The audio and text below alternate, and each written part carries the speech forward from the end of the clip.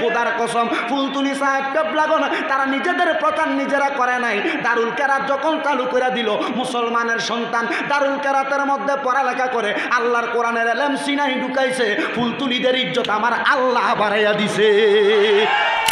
কোরআনের নূর, কোরআনের হেদায়েতের আলোগুলা ঘরে ঘরের মধ্যে জারি করে দেওয়ার জন্য ফুলতুলি সাহেব কেবলাগণ এত কষ্ট করে কোরআনের নূরগুলা জ্বালাইয়া দেওয়ার জন্য, বিভিন্ন এলাকার মধ্যে কোরআনের নূরের আলো জ্বালাইয়া দেওয়ার জন্য কারিয়ানা প্রশিক্ষণের কত সুন্দর ব্যবস্থা করে দিয়েছেন।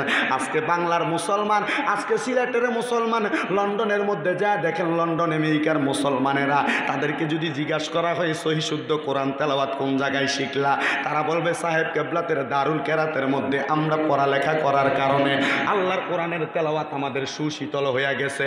ও বন্ধু গো, দুনিয়ার জমিনের মধ্যে কেউ যদি ফুলতুলির প্রশংসা করে, একজন আরেকজনকে কাফের বলে, একজন আরেকজনকে মুনাফিক বলে, আবার কেউ যদি বলে উনি ফুলতুলি আমি রেজা খানি, এইটা নিয়ে বিভিন্ন রকমের দ্বন্দ্ব তৈরি করে দেয়।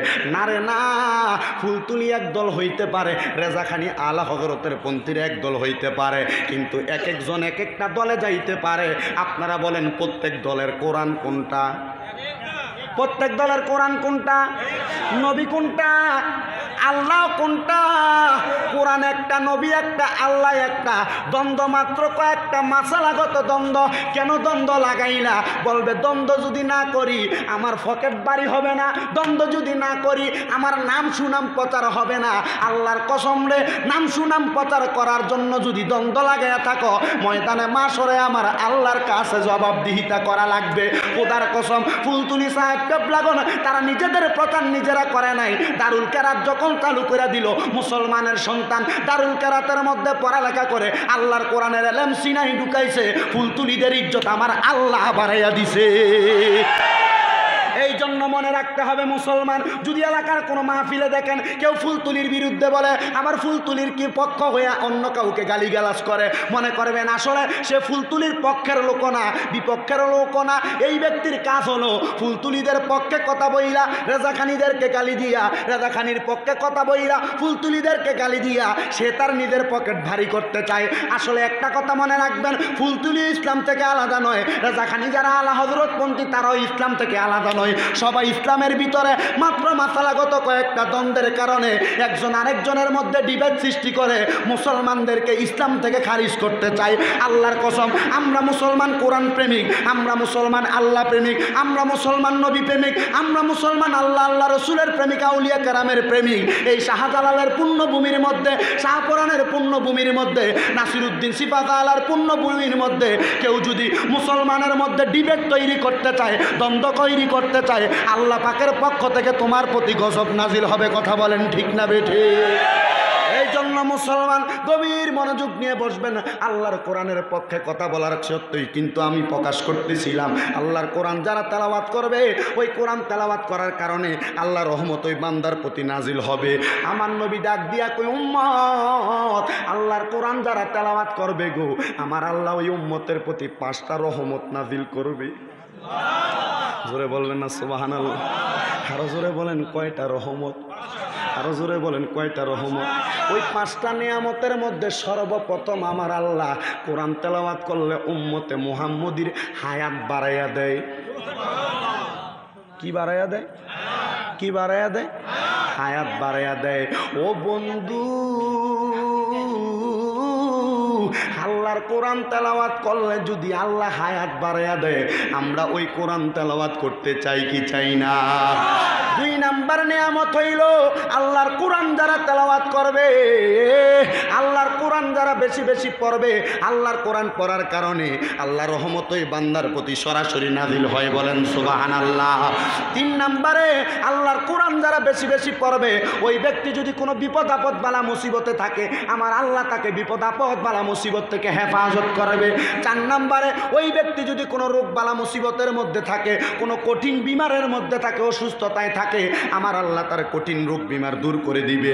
আর 5 নাম্বার আমার নবীকে সাহাবায়ে কেরাম কেরাম ডাক দিয়া বলে, নবী গো, ইয়া রাসূলুল্লাহ, নবী গো, কোরআন তেলাওয়াতের কারণে 5 নাম্বার নেয়ামতের কথা আপনি নবীর কাছে জানতে চাই।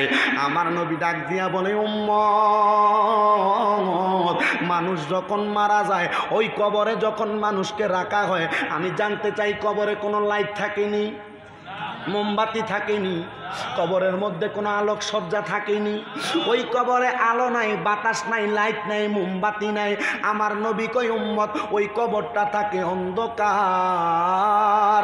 আল্লাহর কোরআন যারা তেলাওয়াত করবে গো, আমার আল্লাহ পাক কোরআনের নূর দ্বারা তার কবরটার আলোকিত বানাইয়া দিবে।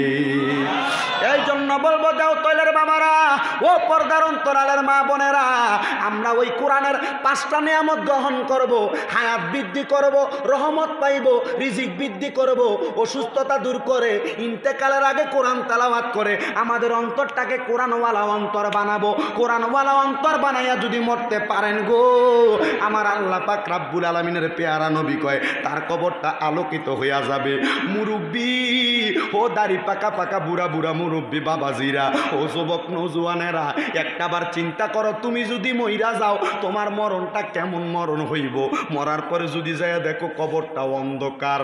যেই ছেলে মেয়ের লাগা কোরআন পড়লা না, যেই বাবা মায়ের জন্য কোরআন পড়লা না, আজকে তুমি কবরে যে ওই বাবারও পাইবা না, মারে পাইবা না।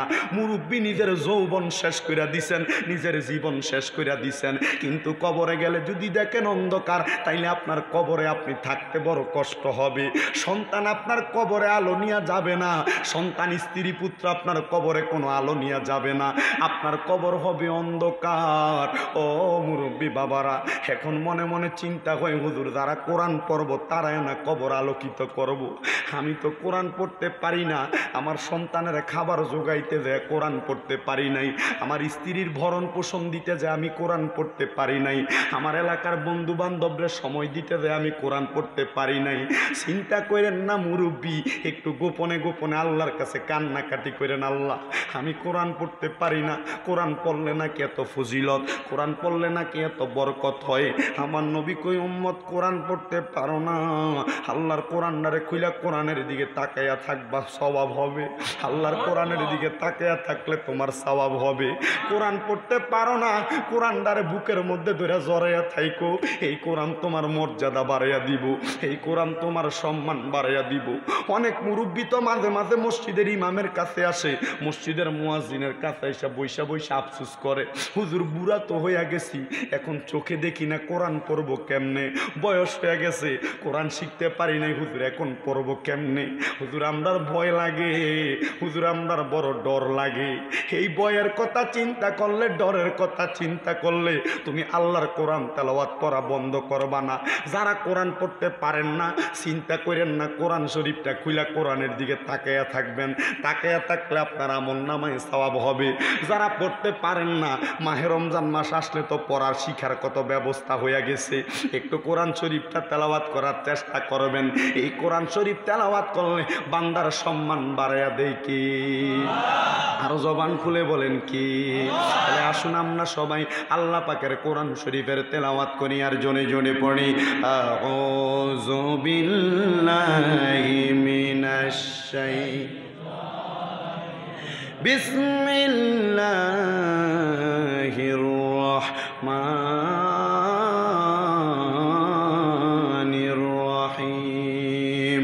ইউরিদুনা লিইউতফিউ নূরাল্লাহি বিআফওয়াহিহিম ওয়াল্লাহু মুতিম্মু নূরিহি ওয়ালাউ কারিহাল কাফিরুন।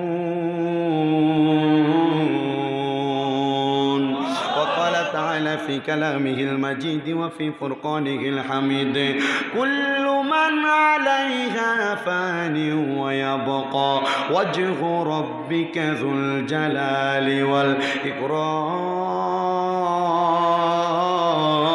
والإكرام.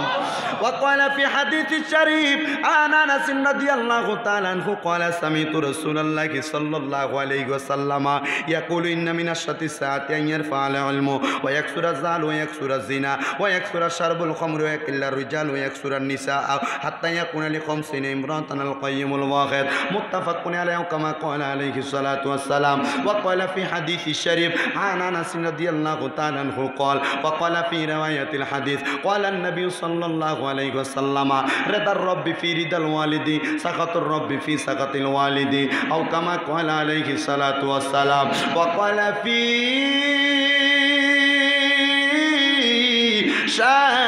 شان حبيبه ومحبوبه ومعشوقه مخبرا ومبشرا وآمرا إن الله وملائكته يصلون على النبي يا أيها الذين آمنوا صلوا عليه وسلموا تسليما يا اللهم صل मोहब्बत आवाज जबान खुले जोरे पड़े